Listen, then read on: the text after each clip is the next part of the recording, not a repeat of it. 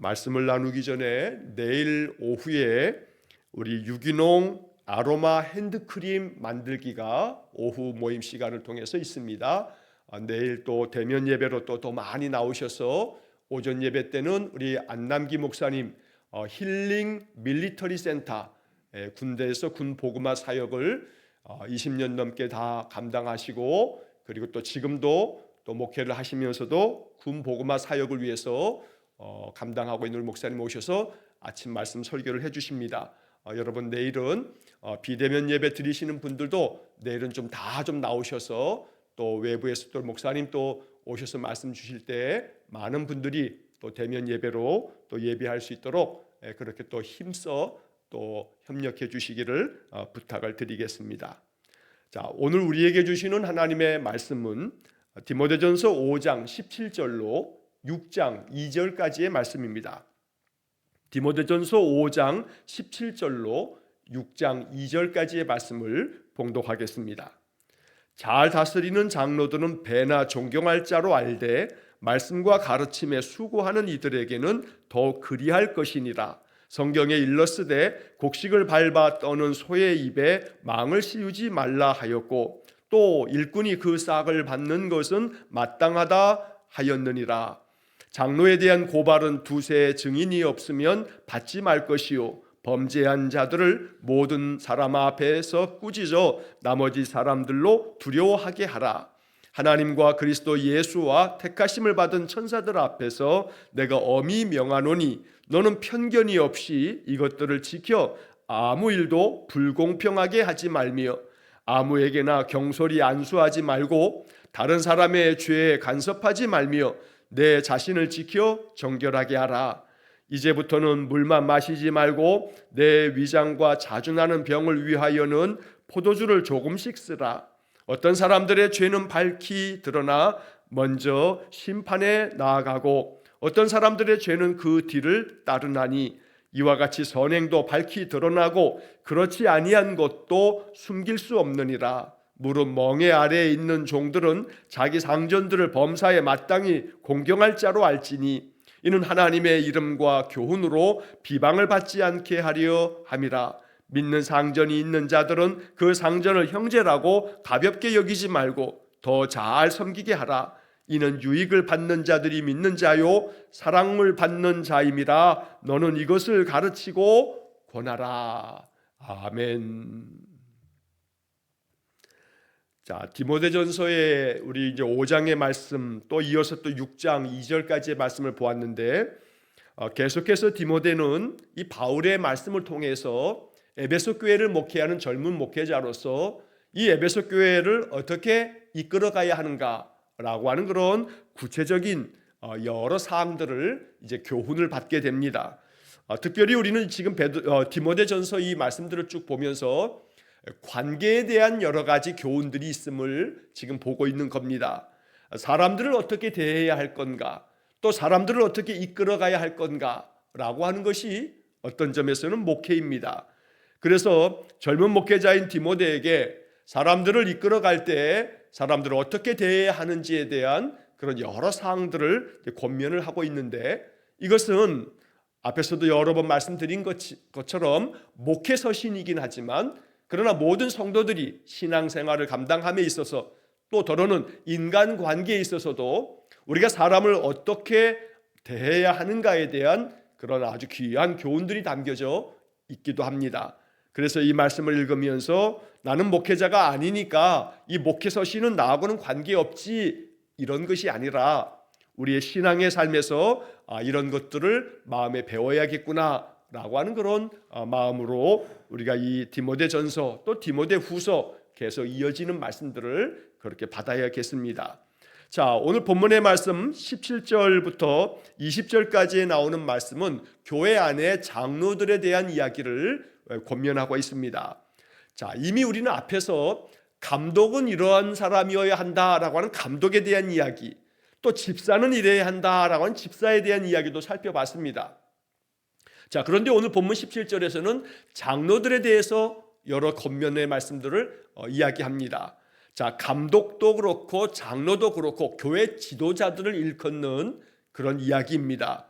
여기 잘 다스리는 장로들이라고 이렇게 말하고 있습니다만, 오늘 우리 장로교회는 감독이라고 하는 명칭의 지도자는 없지만 그런 장로라고 하는 그런 명칭의 지도자를 세웁니다.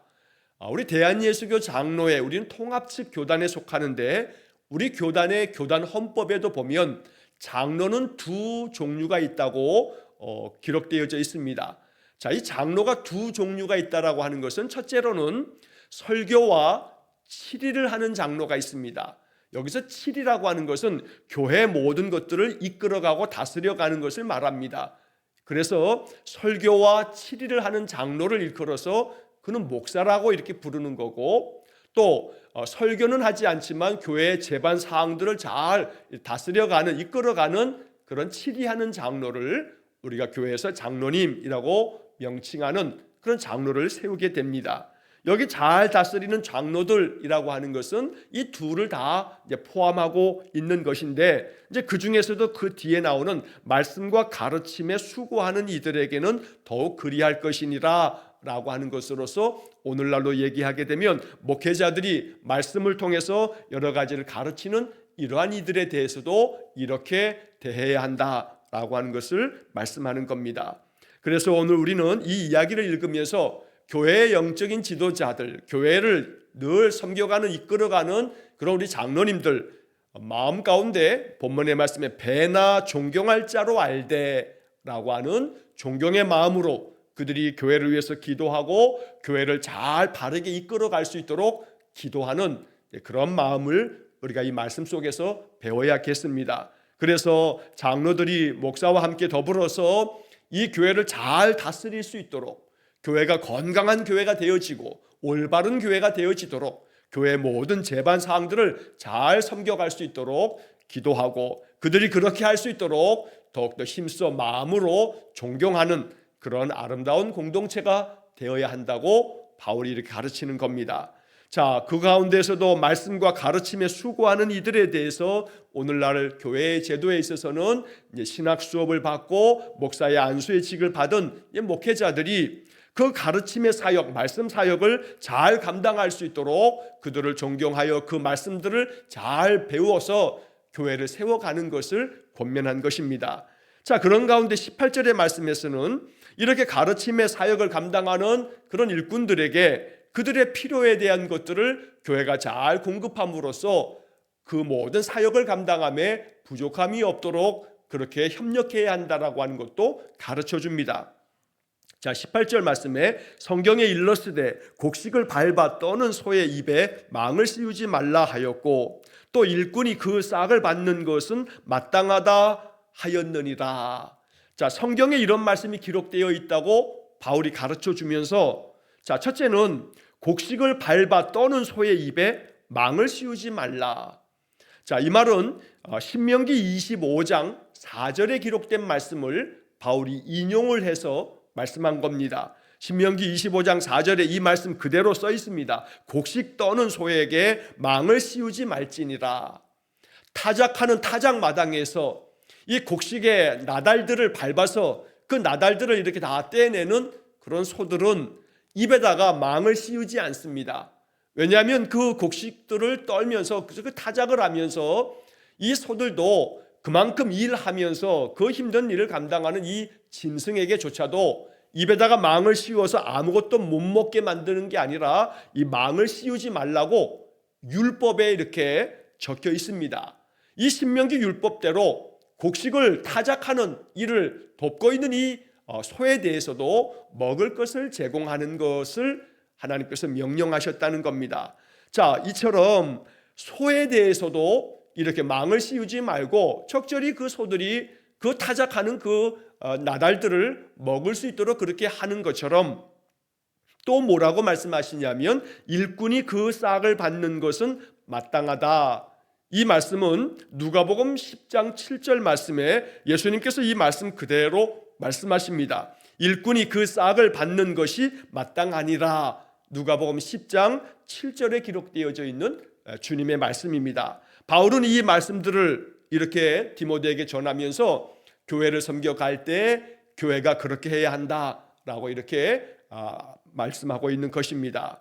자, 한국 교회에도 이런 말씀들에 대한 전통을, 이 말씀들의 교훈을 잘 받아서 교회가 그렇게 교회의 지도자들을 섬기는 일에 아름다운 그런 헌신을 다하였던 것이 우리 한국 교회입니다. 아마도 연세 높으신 우리 어른들은 그 옛날 교회에서 성미라고 하는 말을 들어보셨을 겁니다. 또 실제로 또 성미쌀을 다 떴던 그런 일들을 하셨던 우리 노 권사님들, 집사님들이 계실 겁니다. 자, 옛날에 뭐 60년대, 70 전쟁 이후도 마찬가지고 60년대, 70년대, 뭐 80년대까지도 사실 교회가 그렇게 지금처럼 굉장히 많은 사람들의 수가 모여서 그 교회가 재정적으로도 넉넉한 그런 형편이 못 됐습니다. 자, 그래서 옛날에는 교회에서 우리 성도들 가정에서 밥을 짓기 위해서 쌀을 씻어서 밥을 만들 때 그때마다 이렇게 한 컵씩, 작은 한 공기씩 성미쌀을 이렇게 떠냅니다. 그래서 우리 식구들 밥을 할 때 요 성미쌀은 우리 식구 이렇게 밥을 먹는 것처럼 목회자의 가정에 요 한 공기 같이 밥을 제공한다 하는 마음으로 그렇게 하루에 식사를 이렇게 준비할 때마다 성미쌀을 좀 한 컵씩 이렇게 떠둡니다. 그리고 일주일 지나면 그럼 일주일 동안에 이렇게 하루에 한 컵씩 떠놨던 그 쌀을 교회에 가지고 옵니다. 그러면 성도들이 그렇게 성미를 다 집에서 뜬 것을 교회에 가지고 오면 성미쌀 모으는 그 함에다가 그 쌀을 다 모아둡니다. 그렇게 해서 목사의 가정에 또 한 주간 또 먹을 것을 그 쌀로 공개하는, 제공하는 그런 일을 했습니다. 이렇게 성미쌀을 뜸으로써 각 가정마다 목회자의 삶에 대한 그런 필요를 공급하는 일에 교회가 그렇게 아름다운 그런 전통을 이어갔었던 겁니다. 또 옛날에는 목회자의 요즘은 사례비라고 이렇게 말합니다만 목회자 사례비에 대한 명칭을 뭐라고 불렀냐면 신수비라고 불렀습니다.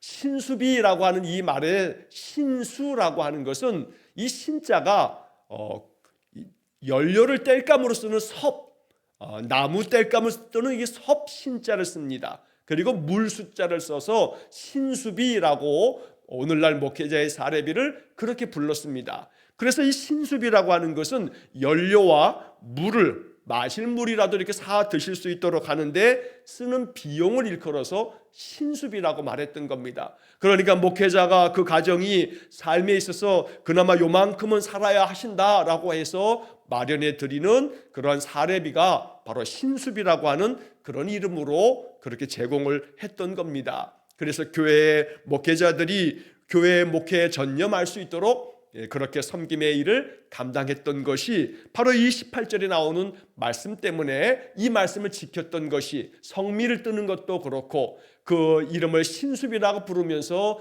목회자에게 제공했던 것들도 바로 이 18절 말씀처럼 일꾼이 그 싹을 받는 것이 마땅하다라고 하는 말씀에 대한 가르침을 교회가 받았던 것입니다. 자, 또한 아울러서 19절 20절 말씀에 대한 부분에 보면 장로에 대한 고발은 두세 증인이 없으면 받지 말 것이요 범죄한 자들을 모든 사람 앞에서 꾸짖어 나머지 사람들로 두려워하게 하라. 장로들도 사람입니다. 장로들 안에도 역시 죄성이 있습니다. 이 장로도 실수하고 있고 할 수 있고 잘못할 수 있고 죄를 지을 수도 있습니다. 그러나 더러는 또 인간의 그 마음속에는 내 마음에 들지 않는다 하여서 억울한 모함을 하거나 못된 말들을 만들어내서 그 상대방 또 교회의 지도자들을 아주 위기 가운데 빠뜨리는 의도적인 그러한 악한 자들의 행실도 있었던 겁니다. 그래서 그 옛날 이 바울이 사역을 감당했던 2000년 전에 그 여러 그 세워진 그 초대교회들 안에도 장로들에 대한 고발을 그저 어떤 사람들은 이 장로들, 교회 지도자들이 내 마음에 들지 않는다 해서 비방을 하거나 또 이런 것들이 잘못되었으니 저 사람이 어떻게 장로를 할 수 있겠나라고 하는 것들을 만들어내는 그런 사람들도 있었던 겁니다. 자, 그래서 이 문제에 대해서는 장로에 대해서 누가 무언가 잘못되었더라고 비난하거나 고발을 한다 할지라도 그것이 한 사람의 말로서 교회가 그것 때문에 휘청거려서는 안 된다. 적어도 장로에 대한 판결을 내리려면 두세 명 이상의 증인들이 없으면 결코 그 고발을 받아들이지 말라라고 말씀하는 겁니다. 자, 왜냐하면 신명기 19장 15절 말씀에 의해서 바울이 이렇게 권면하는 겁니다. 신명기 19장 15절 말씀에 보면 사람의 어떤 모든 악한 것들이나 또 모든 죄에 관해서는 한 사람의 증인으로만 정하지 말라 하고 명령하면서 두 증인의 입으로나 또는 세 증인의 입으로 그 사건을 확정할 것이라고 말씀하고 있습니다. 이처럼 신명기 19장 15절의 율법의 말씀 그대로 어떤 고발 사건이 있다 할지라도 누군가가 어떤 교회의 지도자들을 비난하거나 모함을 하게 됐을 때에도 교회는 그 부분들을 판단함에 있어서 두세 사람의 이상의 증인들이 있지 않는 한은 한두 사람의 이야기로서만은 그것을 받아들일 수 없다라고 하는 기준을 명확하게 알려주는 겁니다. 한편 20절의 말씀에서는 자, 그런 가운데 두세 증인 이상으로 여러 사람들이 어떤 일에 대해서 이것은 잘못되었다라고 하는 것을 고발하는 자들이 있다면 그 범죄한 자들을 모든 사람 앞에서 꾸짖어라 라고 디모데에게 말합니다. 여기 범죄한 자들을, 이래서 이 범죄한 자는 바로 그 앞에 있는 19절에 장로에 대한 고발에 의해서 두세 사람 이상의 증인들에 의해서 그 증거가 분명해지면 그러면 그 장로에 대해서는 그가 범죄한 자이니 이것에 대해서 모든 사람 앞에서 이것은 잘못되었노라 하고 꾸짖어야 되고, 그로 인해서 나머지 사람들로 하여금 두려워하게 하라. 바로 이 말은 마음 가운데 경고를 삼을 수 있도록 경고가 되게 하라 라고 하는 그런 말씀입니다. 그래서 결단코 어떤 몇몇 사람들에 의해서 모함하여 지도자들을 공동체 안에서 떨어뜨리는 그런 일은 하지 말고, 그러나 증거가 명백하게 많은 증인들이 있을 때에는 그를 엄히 꾸짖어서 그로 하여금 교회의 지도자로서 바르게 세워져 가도록 그렇게 해야 될 뿐만 아니라 또 이런 것들을 통해서 나머지 사람들에게도 이것이 경고가 되어서 스스로 자기 자신을 돌아보고 살필 수 있도록 공동체를 이끌어가야 한다라고 디모데에게 바울이 가르쳐 주는 것입니다. 오늘 우리는 이러한 장로들에 대한 17절부터 20절까지의 이런 말씀들을 읽어가면서 언제나 항상 교회의 지도자들을 존경하는 마음으로 잘 협력할 뿐만 아니라 또 교회의 지도자라 할지라도 잘못되어질 수 있기 때문에 그들을 잘 또한 우리가 바르게 세워주기 위해서 어찌해야 하는가라고 하는 것들을 오늘 이 성경에서 배우게 됩니다. 자, 한편 21절 이하의 말씀에서 이제 디모데가 목회를 함에 있어서도 그 모든 사람들을 대할 때 편견 없이 아주 공평하게 모든 일들을 처리해 갈 것을 가르치고 있습니다. 자, 21절 말씀에 하나님과 그리스도 예수와 택하심을 받은 천사들 앞에서 내가 엄히 명하노니 너는 편견이 없이 이것들을 지켜 아무 일도 불공평하게 하지 말며. 자, 여기 21절의 그 앞부분의 말씀에서 하나님과 그리스도 예수와 택하심을 받은 천사들 앞에서 내가 엄히 명하노니. 자, 이 부분의 이야기를 하면서 바울은 지금 내가 이렇게 디모데 너에게 이야기하는 것은 하나님 앞에서 또 그리스도 예수님 앞에서 또 성부 성자 하나님께서 저 하늘에 많은 그런 천사들과 함께 저 하늘에서 우리에게 명하시는 것이니 내가 그 하나님 앞에서 내가 너에게 엄히 명한다.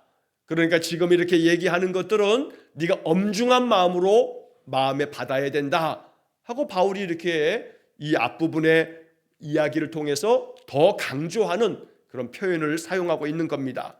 자, 이렇게 엄히 명하는 게 뭐냐 하면 너는 편견이 없어야 한다는 겁니다. 사람에 대해서 편견을 갖지 말라는 겁니다. 우리는 연약하기 때문에 내가 이전에 경험했던 어떤 일들이 있으면 그 사람에 대해서 이거 이전에 이 사람이 나에 대해서 또 사람에 대해서 이렇게 행동했지라고 하는 그런 경험이 우리의 마음속에 다 아주 각인이 되어지면 그 사람은 그런 사람이야 라고 하는 그런 선입관이 생기게 됩니다. 그러면 그 선입관 때문에 이미 내 머릿속에 저 사람은 저런 사람이지 라고 하는 그런 생각이 딱 굳어져 버리면 그러면 그것이 편견이 됩니다. 자, 이 편견이라고 하는 말은 공정하지 못하고 한쪽으로 치우친 생각을 말합니다. 물론 이렇게 생각이 치우칠 때에는 이미 그 앞에서 그 예전에 어떤 사건들, 어떤 일들을 겪었기 때문에 여러 차례 겪으면서 저 사람은 저렇구나 라고 하는 것들이 마음 가운데 딱 굳어져 버리면 생각이 한쪽으로 치우칠 수밖에 없습니다. 하지만 바울은 디모데에게 엄히 명한다라고 표현할 만큼 그런 부분에 있어서 사람에 대해서 편견을 갖지 말아라, 선입관을 갖지 말아라 라고 하는 것을 명하듯 권면하고 있는 겁니다. 자, 이것들을 지켜 아무 일도 불공평하게 하지 말며 라고 말합니다. 편견이 없어야 한다, 선입관이 없어야 한다. 사람들을 마음 가운데 항상 공정한 마음으로 공평하게 대할 수 있어야 한다 라고 이렇게 가르칩니다. 자, 우리는 이것이 사람을 대함에 있어서, 인간관계에 있어서도 이것이 담고 있는 그런 교훈을 마음에 깊이 받을 수 있기를 원합니다. 우리의 마음 가운데도 우리도 연약한 인생이다 보니 언제나 우리들의 마음속에 사람에 대한 것들을 바라볼 때 저 사람은 저렇지, 이 사람은 이렇지 하면서 사람에 대해서 내 마음 가운데 이미 판단하는 것들이 있습니다. 어떤 사람이 참 못된 행실을 가지고 있습니다. 그 못된 행실로 인해서 여러 공동체의 사람들이 참 마음에 그 상처도 받기도 하고 또 여러 가지 마음의 아픔이 또 있었다 쳐도 그 못된 행실을 행한 그 어떤 사람에 대해서조차도 편견 없이 그 사람을 대하라 하는 것은 그 못된 행실을 가지고 있는 그 사람조차도 그 못된 행실이 이 사람의 전부일 수는 없습니다. 아무리 도둑놈이요 또 그 이상의 중범죄자라 할지라도 그 사람의 삶의 모든 부분이 다 악독한 사람은 없습니다. 그러니까 아무리 강력범을 저지르는 악한 자라 할지라도 자기 부모에 대해서, 자기 자녀에 대해서 또 주변의 어떤 사람들에 대해서는 선한 모습으로 나타나는 그런 모습도 보게 됩니다. 그런 것들을 매우 위선적이고 이중적이다라고 그렇게 생각할지 모르나 그러나 그렇게 따지고 보면 사실 우리 모든 인생들은 위선자요 이중인격자입니다. 그래서 어떤 악한 행실을 한 사람들이라 할지라도 그래서 저 사람 참 못됐네 라고 하는 마음이 들지만 그런 사람 안에도 마음 가운데 또 다른 부분에 있어서 선한 측면이 없을 수 없다는 겁니다. 그러니까 악한 자의 그런 삶의 모습 속에서도 선한 구석이 조금이라도 있기 마련이기 때문에 그 사람을 바라볼 때 저 사람은 참 못됐다, 악하다라고 하는 것들로 그 사람 전체를 못된 사람, 악한 사람처럼 편견을 갖게 되면 그 사람을 구원하고 그 사람을 일깨워서 그 사람이 더욱 성숙되게 만들어 하나님의 사람 되게 하고 하나님의 구원의 백성이요 그 사람이 하나님 앞에 다시금 변화되어 새 사람이 되어질 수 있는 가능성이 모든 인간에게 있기 마련인데 편견을 갖게 되면 그 사람은 전혀 그럴 가망이 없는 사람인 것처럼 그렇게 해서는 안 된다는 겁니다. 그래서 하나님께서 모든 인생들을 구원받을 인생으로 어떻게든지 많은 사람들을 통해서 그 사람들을 부르고 또 부르고 부르지만 그렇지 않은 사람에 대해서 편견을 갖기 시작하면 그 구원의 작은 빛조차도 우리가 다 꺼트려뜨리는 것이기 때문에 편견 없이 아무 일도 불공평하게 하지 말고 언제나 공평하고 공정하게 사람들을 대할 줄 아는 그런 마음을 가지라고 디모데에게 가르치는 겁니다. 그래서 우리들의 마음속에도 이러한 마음을 배워서 사람을 대할 때 어떤 사람이든지 간에 우리가 예전에 경험했던 어떤 일이 아무리 좀 못된 일이어서 그 사람에 대해서 어떤 생각을 갖는다 할지라도 더 성숙한 그리스도인들은 그런 사람들을 바라보면서 긍휼히 여기면서 저 사람에게 그 못된 행실이 있지만 그 성품도 참 모가 나서 여러 사람들에게 상처와 아픔을 주는 사람이지만 그러나 그 사람 안에도 그래도 작은 구석이라도 그래도 희망의 불씨가 작은 씨앗이 있겠지라고 여기면서 그 사람을 잘 대하고 그 사람의 마음의 변화가 되어지도록 기도해주고 이렇게 사람을 대하는 더 큰 마음의 성숙된 사람이 되라고 바울은 디모데에게, 특히나 목회를 하는 디모데에게 이런 것들을 명하고 있는 것입니다. 자, 한편 이어지는 22절에 아무에게나 경솔히 안수하지 말고, 앞에 있는 장로에 대한 고발건에 대한 이야기도 있었기 때문에 사람들을 세워서 임직을 세울 때에는 아무에게나 경솔하게 안수하지는 말아라. 또한 다른 사람의 죄에 대해서는 간섭하지 말라 하는 권면도 합니다. 자, 여기 다른 사람의 죄에 간섭하지 말라는 것은 그 사람이 어떤 죄를 짓든지 말든지 상관하지 말라, 그런 의미가 아닙니다. 다른 사람의 죄에 간섭하지 말라, 이 말씀을 세번역 성경에서는 남의 죄에 끼어들지 말고 라고 번역했지만 이것도 사실은 의미가 선명하게 와닿지 않습니다. 마치 다른 사람이 죄 지을 때 너 거기에 끼어들지 마 라고 하는 이 얘기는 오히려 쉬운 성경에 이렇게 번역되어 있습니다. 다른 사람들과 함께 죄를 짓지 않도록 하고, 그러니까 다른 사람의 죄에 간섭하지 말라, 끼어들지 말라는 것은 그 사람들과 함께 같이 죄 짓지 말라고 말하는 겁니다.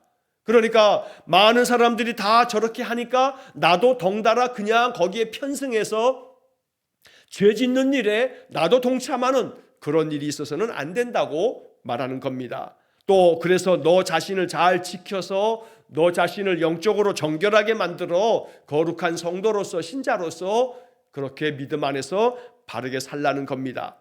자, 한편 23절의 말씀에서는 이제부터는 물만 마시지 말고 내 위장과 자주나는 병을 위하여는 포도주를 조금씩 쓰라 라고 말씀합니다. 자, 고대 이 터키 땅에 이 에베소 지역도 그렇고 물이라고 하는 것이 석회수 물입니다. 여러분 유럽에 이렇게 여행을 가게 되면 유럽의 물들이 이 석회수가 물들이 탁하고, 그래서 그 물들이 마시기에는 사실 적합하지 않은 물들인데 더러는 그것밖에 마실 것이 없어서 이제 그러다 보니 이 디모데도 목회를 하면서도 여러 가지 일로 많은, 요즘 말로 하면 스트레스도 받고 관계 때문에, 사람 때문에 마음 힘든 것도 있고, 그러면서 또 그 먹는 것들조차도 조심하지 않다 보면 여기에 물만 마시지 말고 라고 되어 있지만 그렇게 먹는 것들에 대해서 조심해야지, 조심하지 않으면 안 된다. 그래서 이 디모데에게 여러 가지 병환이 생겨서 그 가운데는 위장병이 있어서 여기 보면 내 위장과 자주나는 병을 위해서, 그러니까 디모데도 위장이 좋지 않고 디모데 안에 있는 또 여러 가지 질병이 있었는데 이런 것들을 위해서 포도주를 조금씩 쓰라라고 말합니다. 이 포도주를 조금씩 쓰는 것은 이 포도주가 소화 기능을 더욱더 잘 완화시켜주고 도와주기 때문에 이것을 조금씩 사용해서, 그래서 이 위장도 잘 치료해 갈 수 있도록 가라라고 이렇게 권면하는 것이 23절의 말씀입니다. 그러므로 목회자인 이 디모데가 여러 가지 일들을 감당하면서 너의 몸 상하지 않도록 내 몸도 지혜롭게 잘 관리하고 돌보라고 하는 그런 권면입니다. 오늘 이 말씀조차도 우리도 항상 우리의 몸도 항상 돌아보고 지혜롭게 잘 관리하는 그런 주의 말씀으로 받아야겠습니다. 자, 24절 25절의 말씀에 보면 어떤 사람들의 죄는 밝히 드러나 먼저 심판에 나아가고 라고 하는 것은 재판도 받기 전에 먼저 그런 모든 죄악된 것들이 드러날 때도 있다는 겁니다. 자, 한편 어떤 사람들의 죄는 그 뒤를 따르나니 처음에는 죄가 없는 것처럼 보여졌다가 여러 가지 재판 과정을 다 거치다 보니 그 죄악된 것들이 다 드러나게 된다는 겁니다. 그래서 이미 먼저 죄악된 것들이 드러나는 경우도 있지만 나중에 가서야 아이고 이렇게 잘못됐다라고 하는 것이 드러나는 경우도 있다. 마찬가지로 반대의 경우도 25절에 이와 같이 선행도, 어떤 선행이 이미 모든 사람들에게 다 알려지는 선행도 있지만 그러나 그렇지 아니한 것도 있어서, 그래서 알려지진 않았지만 이것이 숨길 수가 없다 보니 나중에 가서 아 그랬구나, 그 사람이 그렇게 참 아름다운 일을 했구나 라고 하는 것도 나중에 가서는 다 드러나게 된다. 그러니까 악한 것도 이 숨겨질 수가 없고 또 선한 것도 숨겨질 수가 없다. 그러니 악한 것을 하면서 이것은 사람들이 모를 거야, 그러니 아무도 모르게 하면 되지, 이런 마음 먹지 말아라. 그래서 다 드러나게 돼 있으니까 악은 행하지 말라 하고, 또 선한 것들은 다 드러나게 돼 있으니까 뭐 조그만 거 선을 하면서 공치사를 하면서 내가 이렇게 선한 것을 했다느니 이런 식으로 자랑할 것도 없다. 그냥 오른손이 하는 거 왼손이 모르게 하라는 주님 말씀처럼 그렇게 늘 자기 자신을 드러내지 아니하고 선한 행실을 하다 보면 역시 마찬가지로 이것도 언젠가는 다 숨겨질 수가 없다. 다 드러나게 되고 너의 그 착한 행실을 사람들이 알고 또 존경하고 또 칭찬하게 될 거다라고 하는 그런 가르침을 24절과 25절에서 이렇게 말씀한 겁니다. 자, 이제 6장으로 넘어가서 6장 1절과 2절의 말씀에서는 종에 대한 그런 권면을 말씀합니다. 멍에 아래에 있는 종들, 바로 이 말은 이제 종이다 보니 이 종에게는 자기의 권리는 없고 의무만 있습니다. 그러니까 그 여러 가지 종으로서 감당해야 될 무거운 그런 책무들, 이게 멍에처럼 무겁다 보니 이렇게 표현하는 겁니다. 자, 이 종들은 자기 상전을 범사에 마땅히 공경할 자로 여겨야 된다. 그래서 이 상전을 그 마음속에 존경 어린 마음으로 상전을 섬길 수 있어야 된다라고 이렇게 말합니다. 그렇게 섬김으로 인해서 하나님의 이름과 교훈으로 비방을 받지 않게 하기 위해서라고 말씀을 합니다. 교회 공동체 안에 종들도 신자가 되고 주인들도 신자가 됩니다.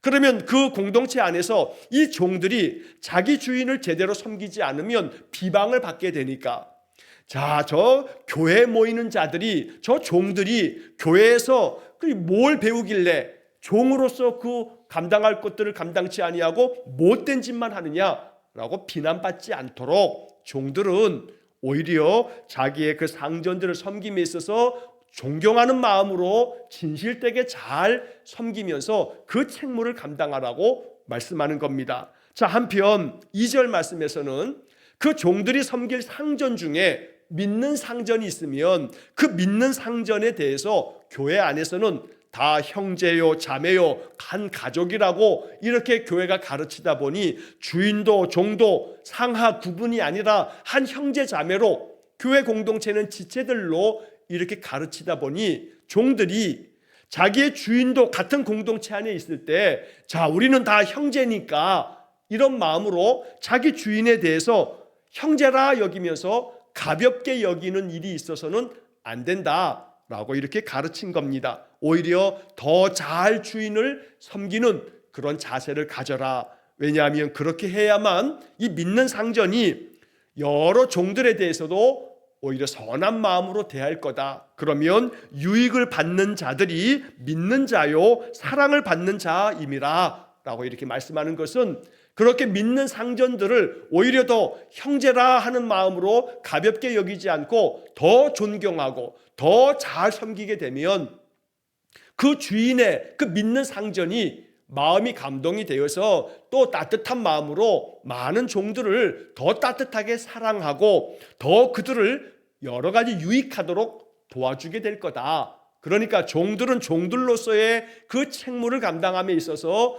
마음의 신실함으로, 성실하고 정직함으로 또 존경 어린 마음으로 그 직임을 감당하는 것이 마땅하다라고 말씀하는 겁니다. 그러면서 마지막에 너는 이것들을 가르치고 권하라 라고 디모데에게 말씀합니다. 이 6장 1절과 2절을 읽으면서 오해하지 말아야 할 것은, 바울이 이 종, 즉 노예 제도를 바울이 이렇게 강조하고 가르치는 건가 라고 이렇게 이해해서는 안 됩니다. 2000년 전에 기록된 이야기입니다. 2000년 전에는 그 시대 자체가 종도 있고 주인도 있는 그런 어떤 사회였던 겁니다. 그렇기 때문에 오늘 이 성경은 2000년 전에 에베소 교회 디모데에게 쓴 편지이지, 노예 제도가 다 폐지가 되고 결코 노예 제도, 종의 제도가 없는 이 현대 사회에 오늘 우리에게 1차적으로 주신 말씀이 아니라 2000년 전 그 당시 사람들의 그 사회 속에서 전해준 말씀이기 때문에 우리는 이 말씀을 그런 배경 속에서 읽게 되는 겁니다. 다만 이 말씀을 읽으면서 우리는 오늘날 고용하는 사람이 있고 또 그 고용에 고용되어서 함께 그곳에서 일하는 피고용인이 있습니다. 그래서 그 어떤 직장이든지 그 직장에 오너가 있고 거기서 종사하는 노동자, 근로자들이 있기 마련이라는 겁니다. 그래서 여기서 우리는 마음 가운데 내가 어떤 직장의 일터에서 오너가 되어서 그것의 사용자가 되어진다면 어떤 마음으로 사람들을, 근로자들, 노동자들을 대해야 할 것인가 라고 하는 그런 부분을 우리가 말씀에서 배우는 거고, 또 일하는 그런 직원들로서, 노동자로서, 또 근로자로서 거기서 일할 때는 그 마음 가운데 더 충성된 마음으로 주님의 일을 감당하듯이 마음의 존경 어린 마음으로 그 직임을 감당하는 것이 이것이 마땅하다라고 이렇게 바울이 가르쳐 주는 겁니다. 이런 말씀을 통해서 우리가 사람을 대할 때마다 항상 진실함으로 성도의 그런 삶 자체가 언제나 인간관계도 그렇고 모든 일에 있어서 늘 온전하고 바르고 또 정직하고 또 진실되어서 이것으로 인해서 많은 사람들에게 이것이 아름다운 귀감이 되도록 하라고 가르치는 겁니다. 우리 성도들의 삶이 그와 같이 칭찬받을 만한 아름다운 행실이 되기를 주의 이름으로 간절히 축원합니다. 기도하겠습니다.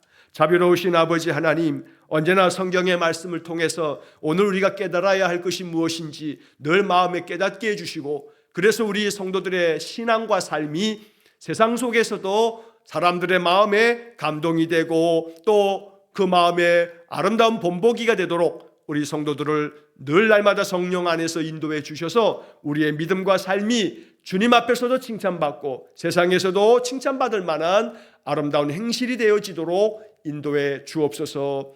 오늘 또 한날의 모든 삶을 주님께 의탁합니다. 늘 주님 주시는 평강이 가득한 삶이 되게 해 주옵소서. 예수님 이름으로 기도하옵나이다. 아멘. 우리 구주 예수 그리스도의 은혜와 하나님 아버지의 극진하신 사랑과 성령의 교통하심이 날마다 주의 말씀 안에서 우리의 신앙과 삶이 더욱더 성숙되어지기를 간절히 기도하는 머리 숙인 귀한 성도들 위에와 저들 가정과 온 가족들 위해 영원토록 함께 하시길 축원하옵나이다. 아멘.